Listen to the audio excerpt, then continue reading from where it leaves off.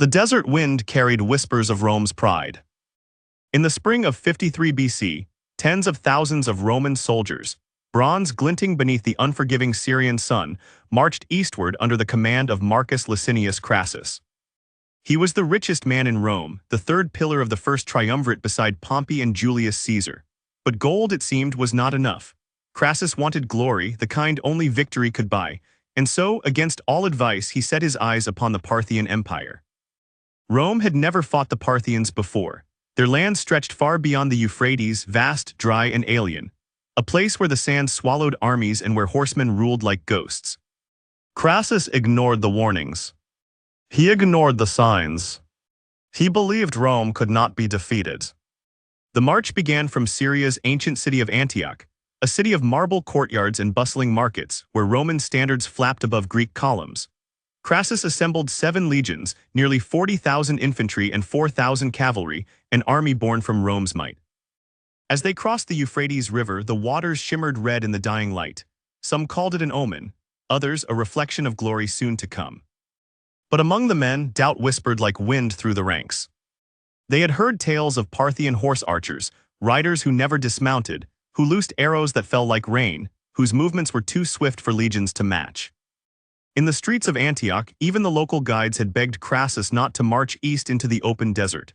They warned him, the Parthians do not fight like men of the West, they vanish and strike like shadows. Crassus laughed. He was Rome, and Rome feared no shadows. At his side rode his son, Publius Crassus, brave, young, and beloved by the men. He had fought under Caesar in Gaul, leading cavalry charges that crushed Celtic warriors. He believed his father's campaign would bring them both eternal honor. In their camp, torches flickered against the dunes, and Roman soldiers murmured stories around the fires. Some spoke of Caesar's triumphs in Gaul, others of the Parthians, how they shot while retreating, how their arrows pierced armor. The veterans scoffed. They were legionaries, trained, disciplined, unstoppable. But as night fell, the wind carried a different sound. Not of men, but of hooves. Distant, steady, and endless. The Parthians had begun to move. From their capital at Ctesiphon, the great King Orodes II had dispatched his finest general, Shurna. Shurna was no ordinary commander. He was young, immensely wealthy, and a master of deception. His army was small, perhaps only 10,000 men, but each one was a master of the saddle. His horse archers could fire from full gallop with deadly precision. His cataphracts, armored cavalry encased in steel, were the hammer that shattered whatever his archers weakened. And above all, Shurna understood something Crassus did not. The desert itself was a weapon. When Crassus reached the town of Carrhae near the Mesopotamian plains, his army was already weary. The sun scorched their helmets, their lips cracked from thirst, and their sandals sank into burning sand. It was there that a man approached, the Arab chieftain Ariamnes, a supposed ally. He told Crassus that the Parthians were retreating in panic, carrying their treasure eastward. If Crassus marched quickly, he could catch them before they escaped. It was a lie. A brilliant trap set by Shurna. The young Roman officers hesitated, urging Crassus to turn north toward water and reinforcements. But Crassus waved them aside.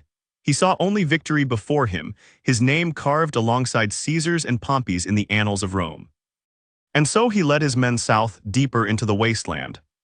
By midday, the horizon shimmered. At first, the Romans thought they saw a mirage, riders glinting in the heat. But the shimmer became shape, and the shapes became thousands of horsemen, silent, spread wide across the dunes like a great bronze tide. The Parthians had arrived.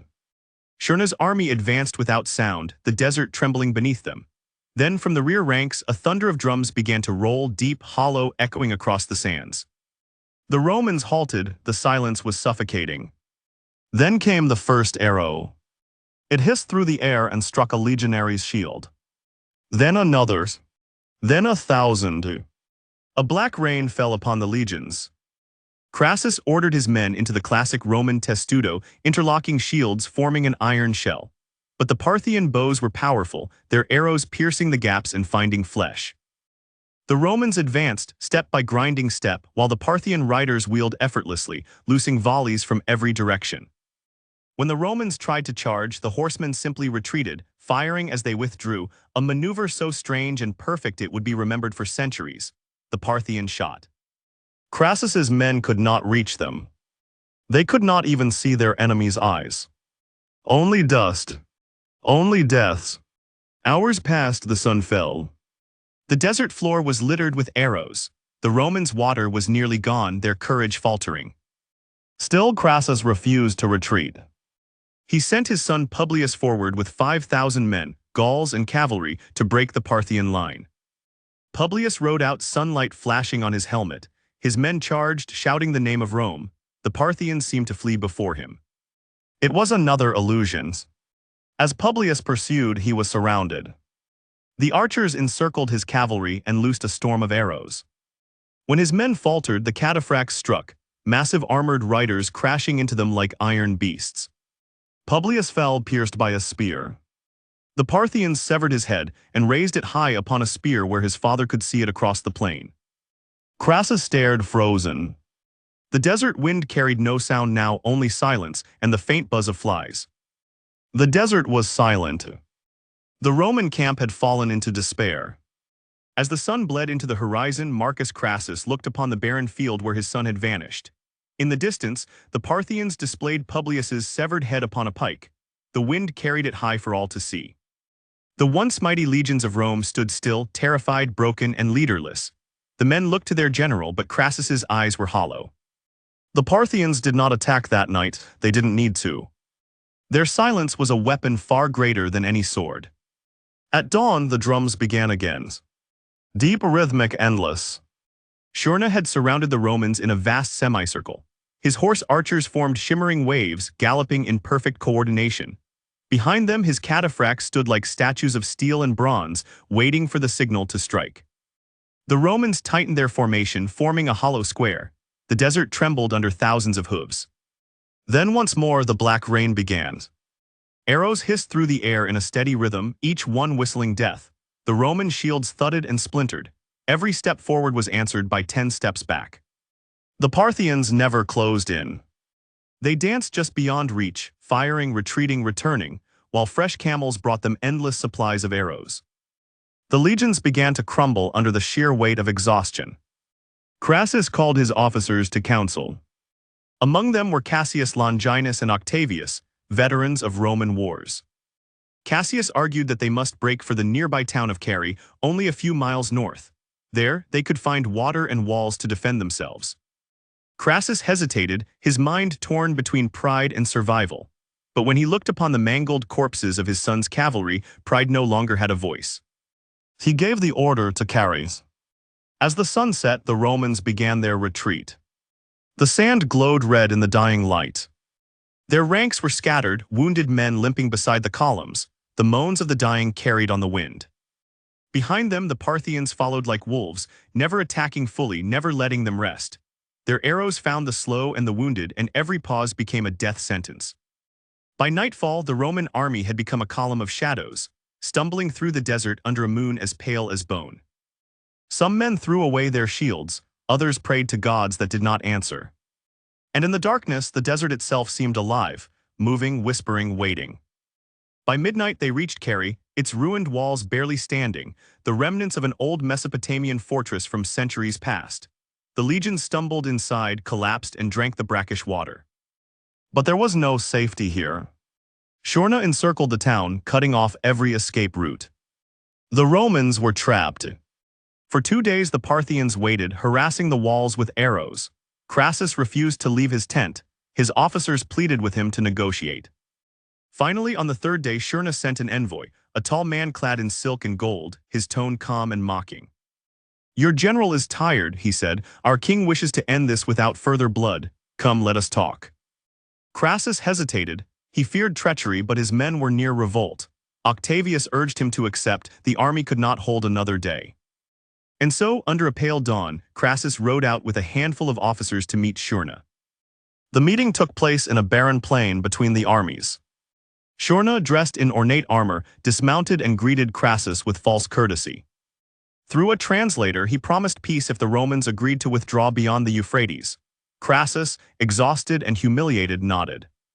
But when he reached for the treaty, Shurna's men seized him. A struggle broke out. Roman officers drew their swords but were quickly cut down. Crassus was struck down, some say by a Parthian blade, others by his own men trying to spare him the shame. The Roman army watched from the walls as Parthian riders raised their general's severed head. The richest man in Rome, the conqueror of Spartacus, was dead, his dreams buried beneath the desert he had dared to command. The aftermath was chaos. Without leadership, the Roman legions disintegrated. Some tried to surrender and were slaughtered. Others fled into the desert and vanished, their bones later found half buried in the dunes. Only a few thousand managed to escape with Cassius back across the Euphrates. Of the 40,000 who had marched with Crassus, fewer than a quarter returned. Rome had suffered one of its greatest military disasters in history. The Parthians celebrated their victory with dark humor. Smyrna is said to have poured molten gold into Crassus's mouth, a mocking tribute to his insatiable greed. Whether true or myth, the story echoed through centuries as a symbol of divine irony. Rome, for all its might, had been humbled by a desert empire it barely understood. In the years that followed, the name Carrhae became a warning whispered among Roman generals. Never again would Rome underestimate the East. Julius Caesar himself began preparing for vengeance before his assassination. Decades later, Mark Antony would march east again, and he too would bleed upon the same sands. The Parthians had proven that Rome was not invincible. And in the shifting desert winds of Mesopotamia, the bones of Crassus's legions still whisper the same truth. Pride is the enemy of wisdom. And the sands remember everything. The sun rose over Carrhae one final time. In the Parthian camp, Smyrna stood before the battered Roman standards, their golden eagles now darkened by sand and blood. Each captured banner was paraded like a trophy, a symbol of the empire's humiliation. To the Parthians, this was more than victory. It was the desert itself avenging centuries of arrogance. And to Rome, it was unthinkable. When news of Crassus's death reached Rome, the Senate fell silent. The richest man in the Republic, the one who had financed Caesar, crushed Spartacus, and claimed to complete the first triumvirate, was gone. But it was not his death that broke Rome's heart. It was the scale of the defeat. Tens of thousands of Roman soldiers, veterans of Gaul, Syria, and the civil wars, vanished into the east, their armor scattered across the desert like coins spilled from the purse of history. For the first time, Rome's legions had been annihilated not by barbarians, but by an empire older than their own. Crassus's failure shattered the fragile balance of power in Rome. The first triumvirate, Caesar, Pompey, Crassus, had held the Republic together through wealth and ambition. Now, with one pillar gone, the alliance began to crack.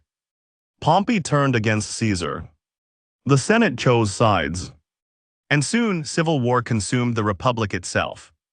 Some whispered that Carrhae had been cursed, that the gods of the East had punished Rome's pride. Others simply said Rome lost her measure that day.